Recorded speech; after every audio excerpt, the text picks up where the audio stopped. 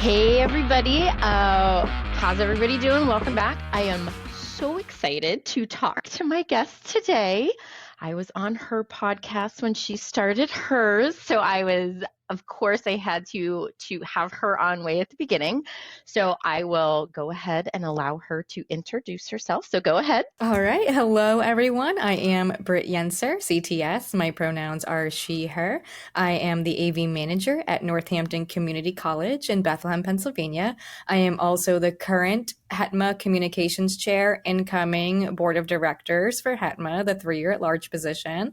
I write for Higher Ed AV, and as Jen had mentioned, I also podcast for Heave. So, yep. Yes, and the name of your podcast? It's Brave Space. Which is an amazing podcast. Thank you. Kind of touches on different things than what you would expect to hear from somebody in the AV industry, kind of like what I'm kind of doing here too, which I love it. So, Britt, talk about real quick what your HETMA at large position is going to be, what your roles are, and then just give a quick, because for people that don't know, idea what HETMA is. Sure, of course. So HETMA is the Higher Education Technology Managers Alliance. It is a 501(c), I think. I don't know. Nonprofit. It's a nonprofit. Yeah. And the goal of HETMA is to raise the profile of higher education technology managers, because for so long we have been seen in the industry as end users, when the reality is we are AV professionals with end users of our own. So HETMA provides connections, it provides professional development, and just provides a community of people doing similar work.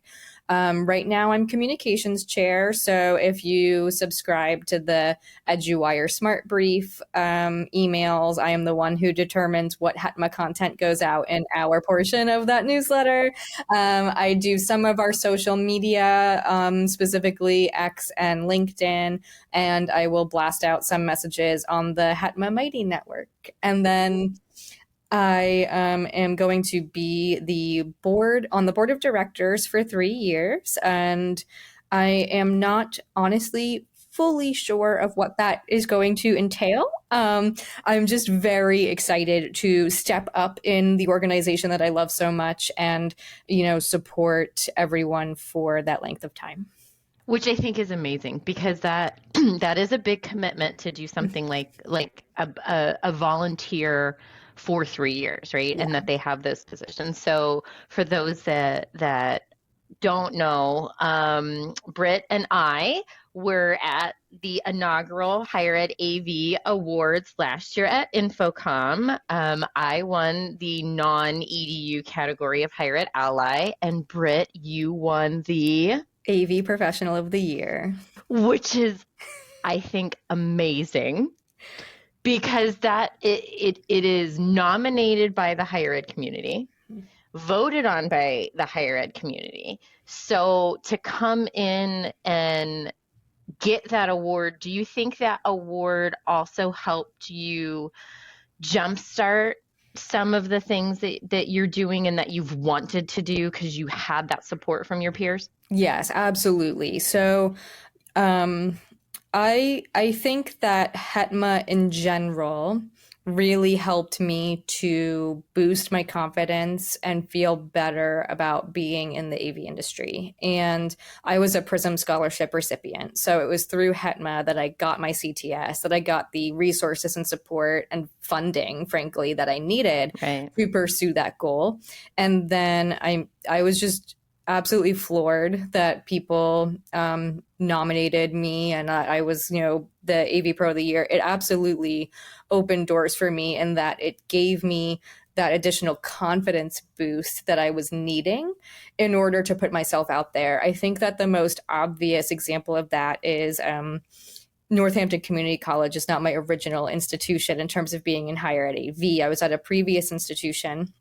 And when I saw this opportunity pop up, I was really excited by it. And in looking at the job description, it wasn't I can do 100% of that thing, which a lot of women look for.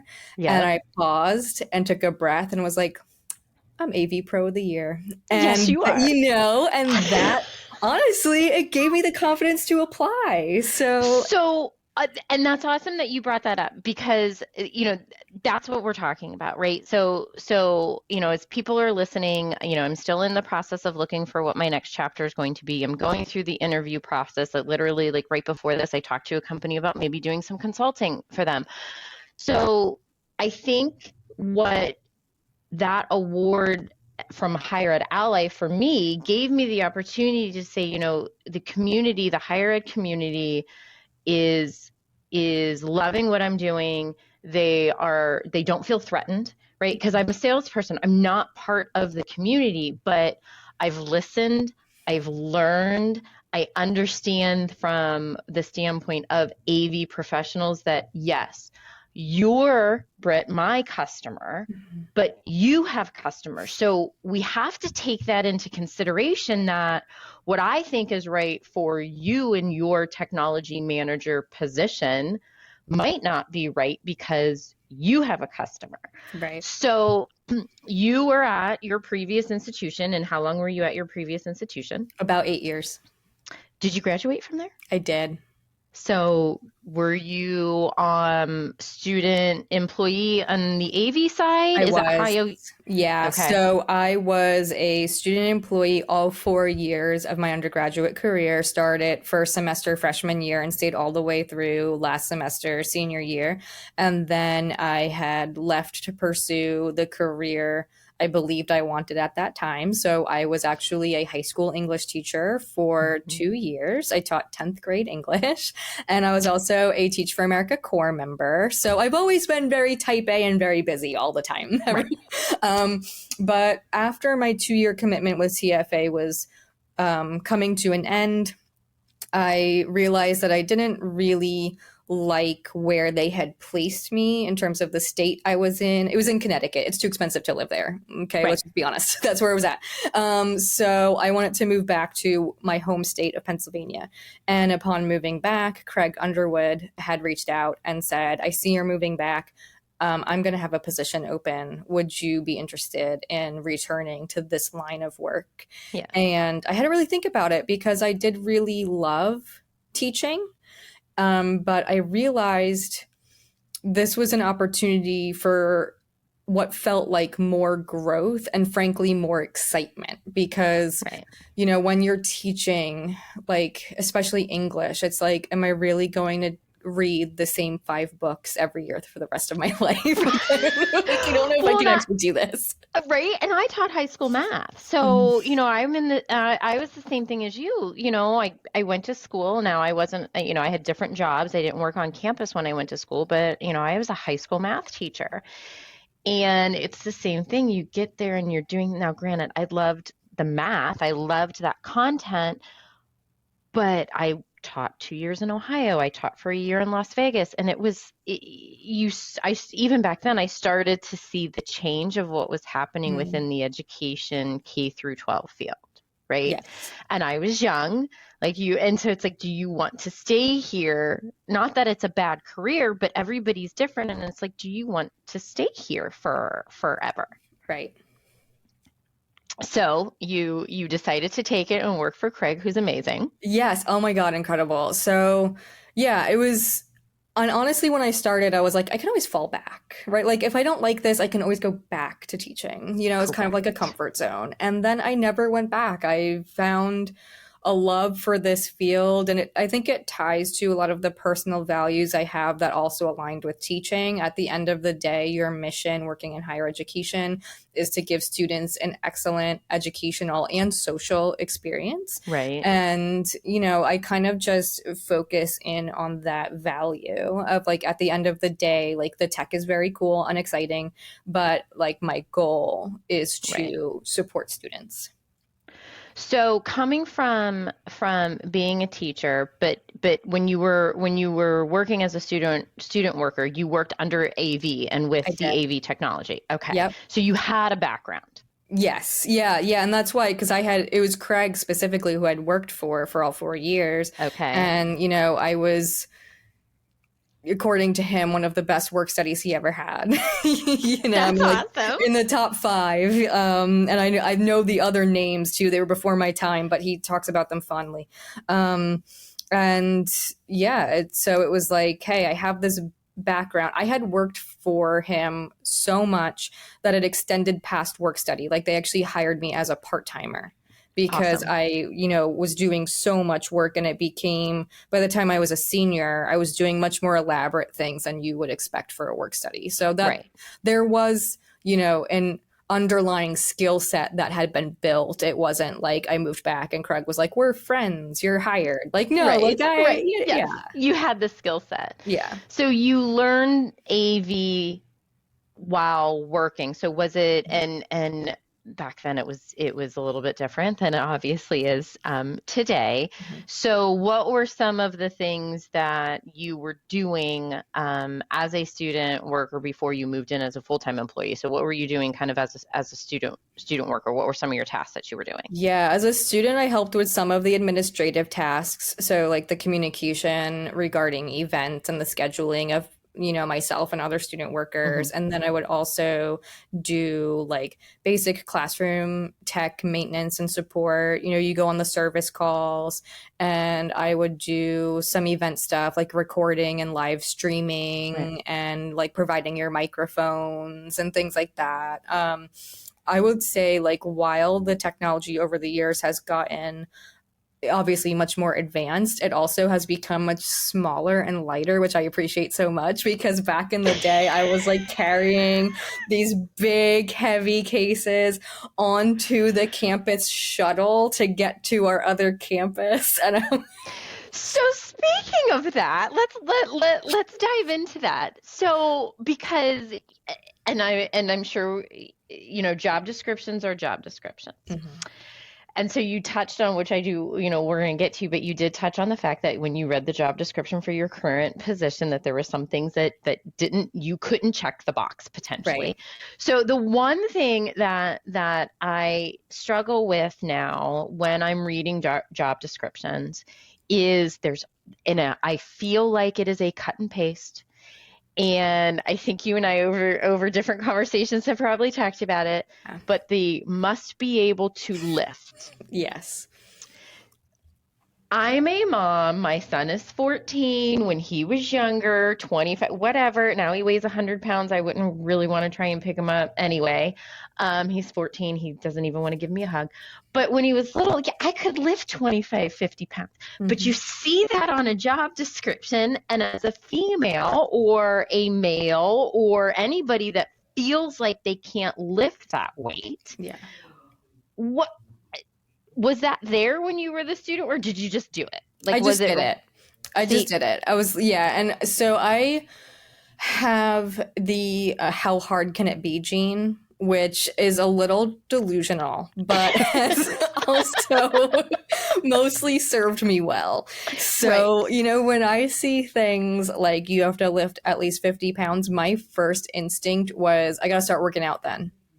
See now, and I'm like, man, my thing goes, why do you have to put that on there? Because I'm probably gonna have to do that once, but you know what I mean? Like, Right. it's And not that like an is the everyday. reality. That's the Right. reality. They put things on there where it's like you may perhaps possibly need to at some point do this thing. And you're like, well, how realistic is it that Right. I'm actually going to lift and carry 50 pounds?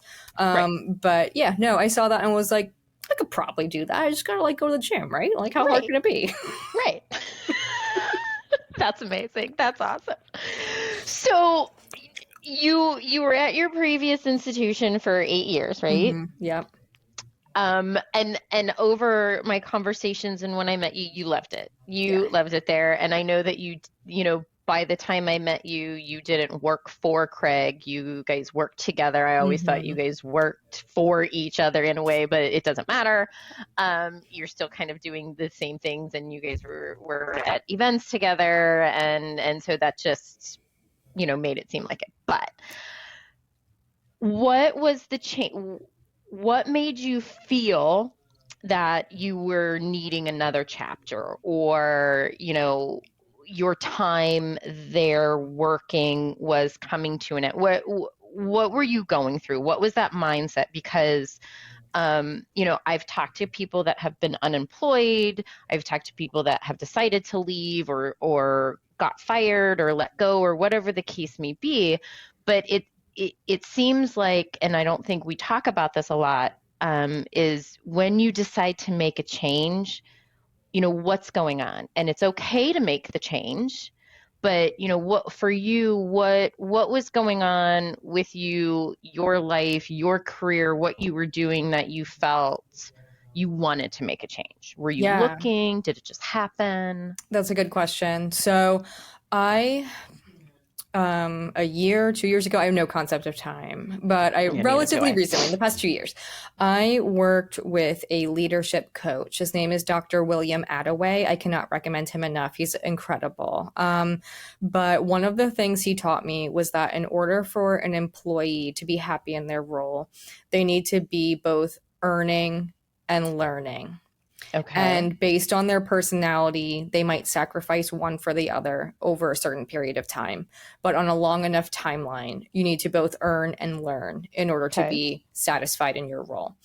I unfortunately hit a cap at my previous institution, where it's like, I am no longer doing either of those things. I am just rote doing the same thing over and over and over again. So I knew I've hit this cap. I now need to search elsewhere where I can earn and learn. So I did the search and found the open position that I'm in now. So it for you, the repetitiveness Yeah. of what you were doing on a day-to-day basis wasn't, it's not a bad thing. Some people love the repetitiveness, Mm-hmm. but for you, you wanted to be, it sounds like, challenged a little bit more. Yes.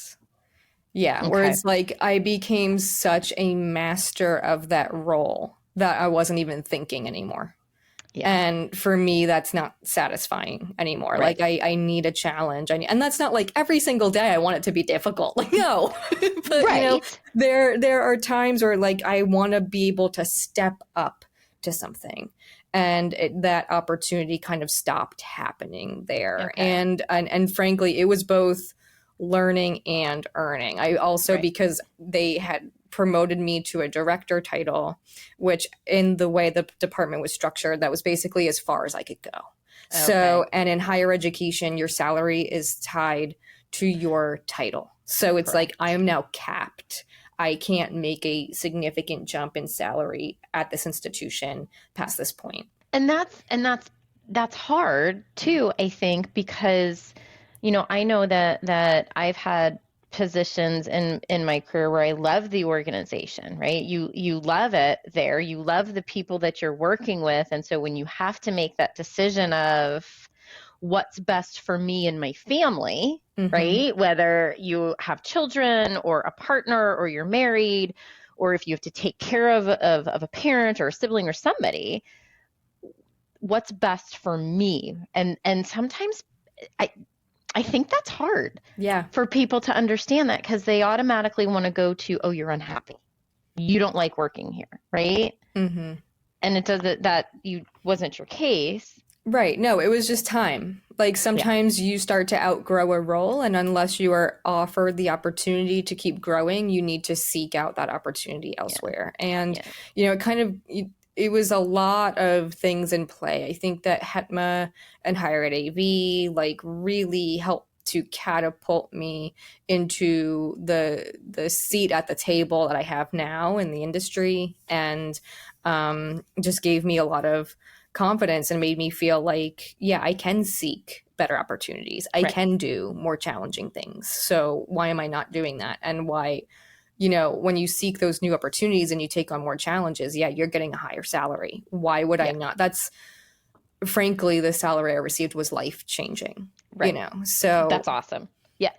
So when you decided that you wanted to start looking, how many places, where did you look? What did you do? Did you use your network? Were you looking at job boards? What did you do from a higher ed standpoint? Because obviously it sounds like you wanted to stay within higher ed, I correct? did. Yeah, it was really important to me to stay within higher ed. So, I knew some people at my current institution, and I also like used higheredjobs.com, stuff like that. So I Yeah. think it was higheredjobs.com that I saw the original listing.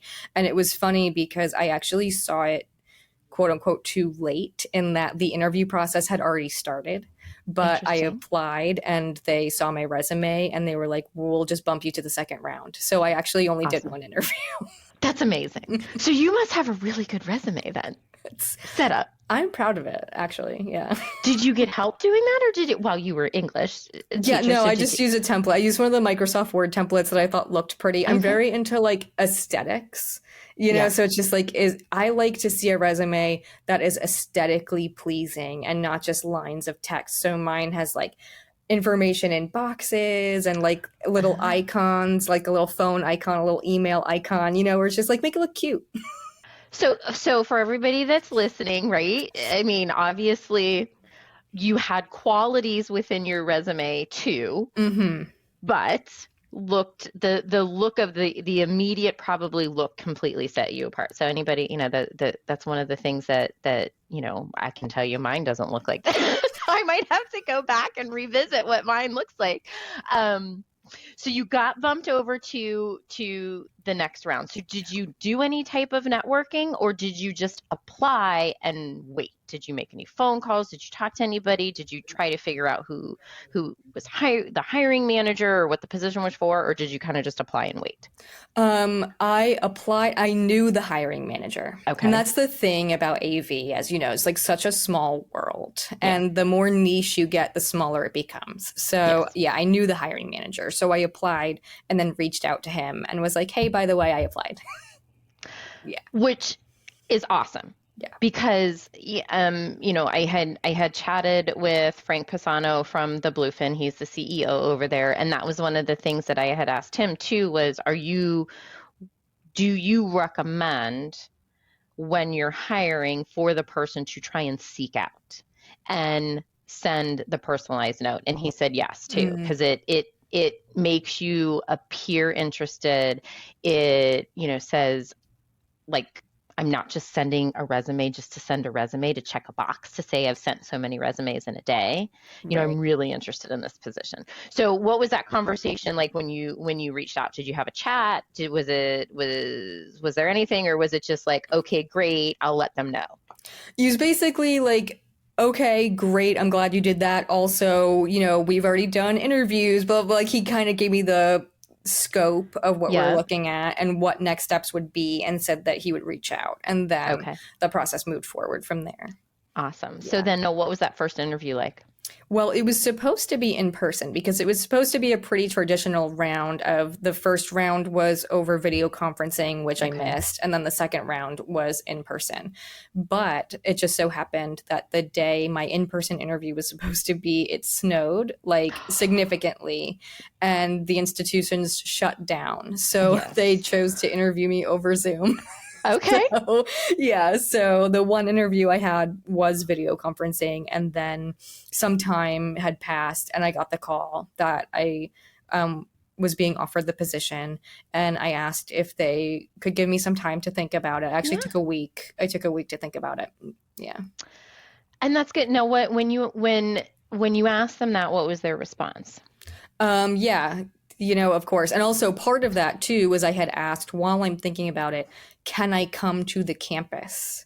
Because I had never had the in-person interview experience. So I made sure to come to campus, meet people in person, tour around. Nice. You know, that helped me as part of the decision-making process. I didn't want to say like, oh yeah, I'll totally take that, having never even set foot on the campus. In the campus. Well, of course. You know, and that's different, I think, from higher ed standpoint is you're not, you know, like in sales, AV sales, we usually are working from an office or we're working from our home office. And when we're visiting, we're out visiting multiple different people, right? Mm-hmm.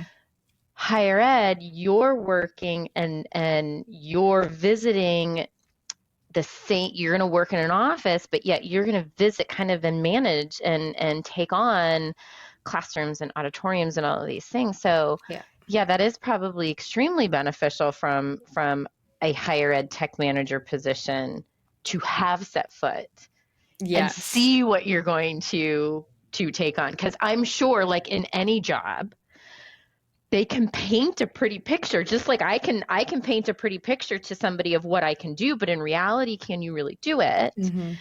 So, so when you walked onto campus, what did you feel? What was that feeling you got when you were walking onto campus to say, is this really what I want to do?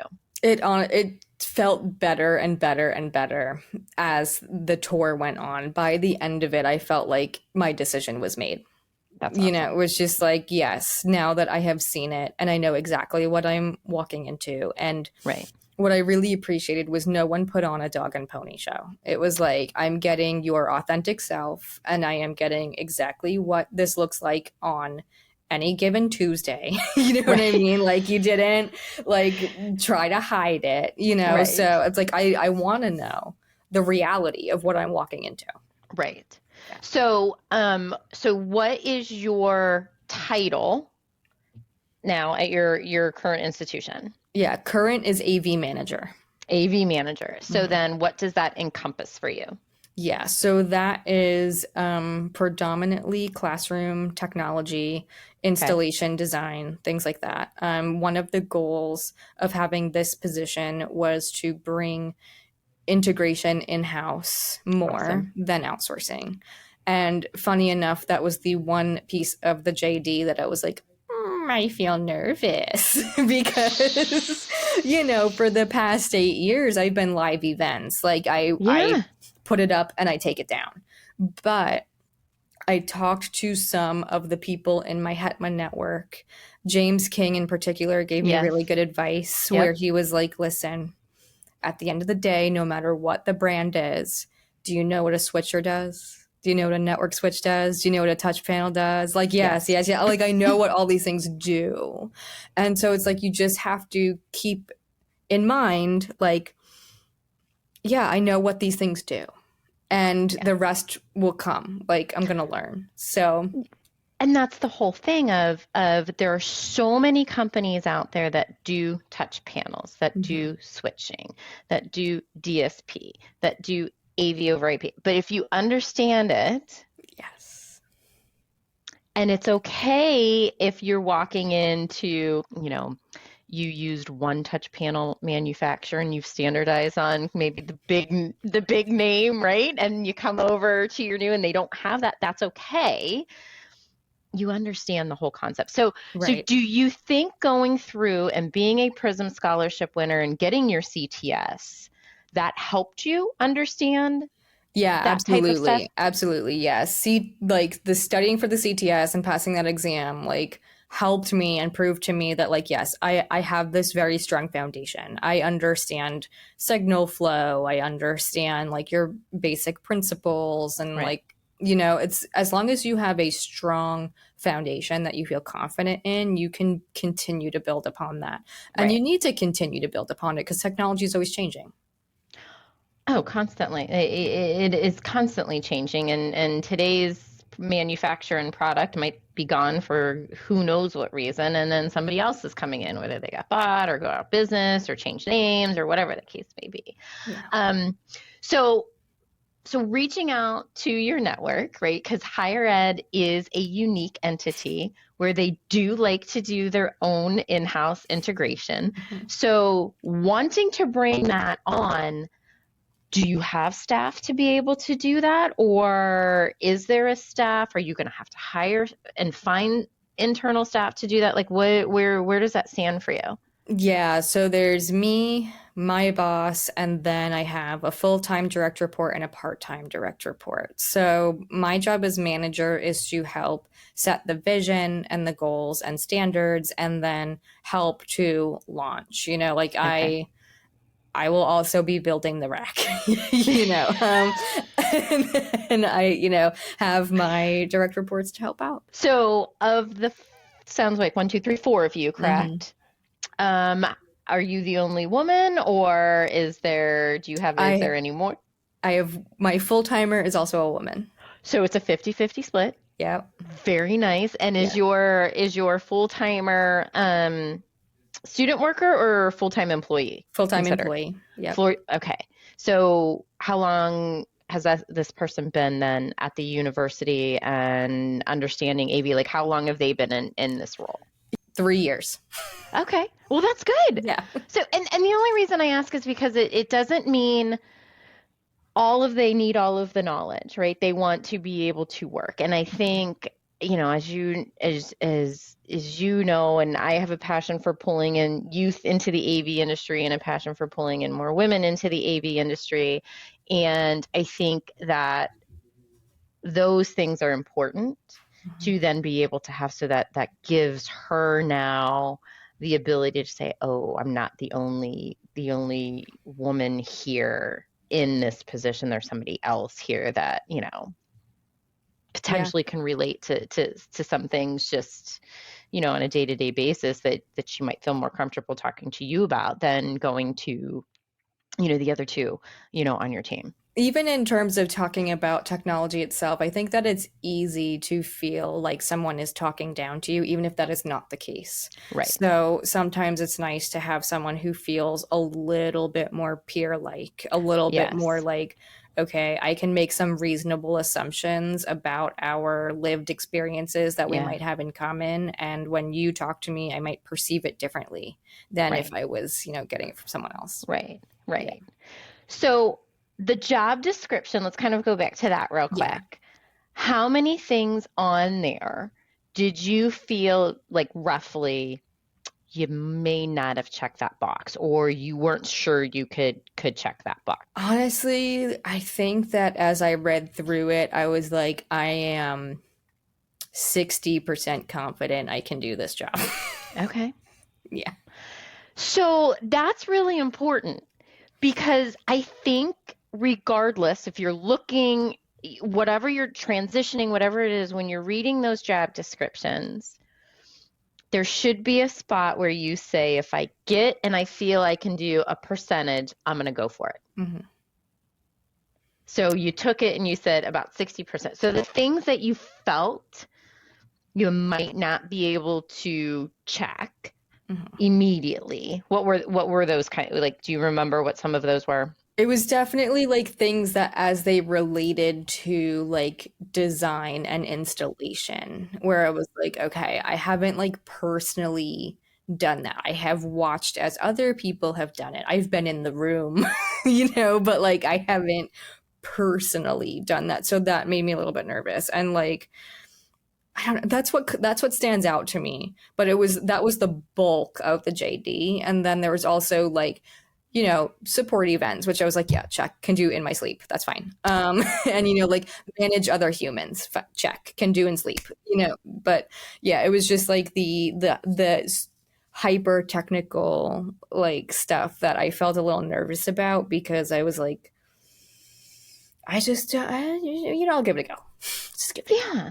Yeah. So then, knowing that, how much then have you relied on, and I know you've only been in your position, this time where okay, week 2, by the time this launches, you're probably going to be there a good month, I would say. So, but how much have you started to rely and reach out to your community and to your network, whether that is the HETMA community or just your outside network, from manufacturer reps to maybe integrators that you have worked with previously? Like how much of that have you kind of started to put in place, or think if, question comes up on, how are we going to mount, if you guys are using projectors to the ceiling, do I know somebody that I can reach out to make sure that we're going the right direction with it? Like, have you thought about that? I have, yeah. I have some names in my head of like, this is who I'm going to reach out to when I hit this thing that I have to do. And even this past week, I had reached out on the Mighty Network and then directly to Craig, because I started to have a conversation about SLAs, and I was like, I know that we talked about this at some point. It turns out it was in the AVIT Slack channel that James created, but I was like, I know at some point we all talked about this, and I could have sworn I saved it and I cannot find it. And then Craig was like, here's the stuff I saved from that conversation. So, Well, I will say that is one thing about working, I think, in education, regardless of what your role is, whether it's at higher ed or K through 12, whether you're the teacher, you're the non-teacher, you're the professor, you're not the professor. Because I know I do it too. We have a tendency to save a lot of things. Yes. I mean, if I look at my little shelf that sits right next to me, I have notebooks from years ago that I won't get rid of because it was when I first got into the AV industry, and I know I wrote something. Now I'm probably going to have to go through notebook, but I know it's in there. Right. Yeah. You never know when you're going to need it. No. So 2 weeks in, how has it been going? Are you happy you made the decision to move? Is there any buyer's remorse, as everybody talks about when you buy something? I mean, there's job remorse too. I mean, it's the same thing. Are you happy? Is everything going that as you were envisioning it? Yeah, I'm super happy. I feel really good about it. As each day goes by, the more confident I feel. So this past week alone, we're doing 2 commencements. So we did one on our Pocono campus earlier this week, and then the second was today, actually. Okay. And I'm like, listen, again, I could do commencement in my sleep. Like anything Right. live event, I'm like, just throw it at me. I'll do it. That's fine. Right. That's easy for you. Yeah. Yeah. So events that come my way, I'm like, yeah, that's just a box to check. And then I'm super, super excited for InfoComm this year because I get to walk the trade show floor with an actual purpose this year, of like, I know in the next 6 months, I am going to need to make a game plan for upgrading our classrooms. So I'm like, actually looking for things now, which is exciting. So going to that, then let's touch on that real quick. Are you looking at HETMA approved product? Or are you looking at? I mean, that's definitely a good place to start, right? Yeah, it's kind of a classic, like, why reinvent the wheel situation of like, if other people in my vertical have already said this does what I need it to do, it makes sense for me to start with a product like that instead of trying to figure out like, will it work? Should I be creative with it? Like, no, just pick what works. Right. Exactly. That's awesome. That's awesome. So, well, thank you. I think this is amazing for anybody who's looking to do the transition. Right? If they feel they've gotten to a cap, and I wrote it down, both earn and learn, because I had never heard that before, and that's amazing to think about. So I did write that down, and I think we need to, that needs to turn into a trending hashtag at some point. Right? Yeah. So, well, thank you. We are so excited that you are thriving in your new role. Where can people find you? Like where if anybody has a question or wants to hear you or follow you, where are you on the socials? Yeah. Well, thank you so much for inviting me to do this. I'm really excited about your podcast journey. Thank you. I am on X, Twitter, the artist formerly known as Twitter, as Brave Britt. And then I am also on LinkedIn as Britt Yenser, and I am on the HETMA Mighty Network, Britt Yenser. So a couple of ways to find me. Awesome. So thank you again for joining us. And guys, this is just one of those things that says, as you are out there looking, we are all more than words on a resume. And Britt, you amplified that just by saying, hey, I can do 60% of this. I'm going to take a shot. And that shot ended up paying off for you. So I'm excited for you. Yeah, thank you so much. Yeah, and real quick to your point too, it's like, I feel like my 60% was the employer's like 80 or 90%. You know what I mean? Like, I think we're all very hard on ourselves. We are. So just put yourself out there and see what happens. Awesome. Well, thank you. And can't wait to see you at InfoComm. And guys, thanks for listening. The network for the AV industry. What are you listening to? This is AV. This is AVNation. This is AVNation.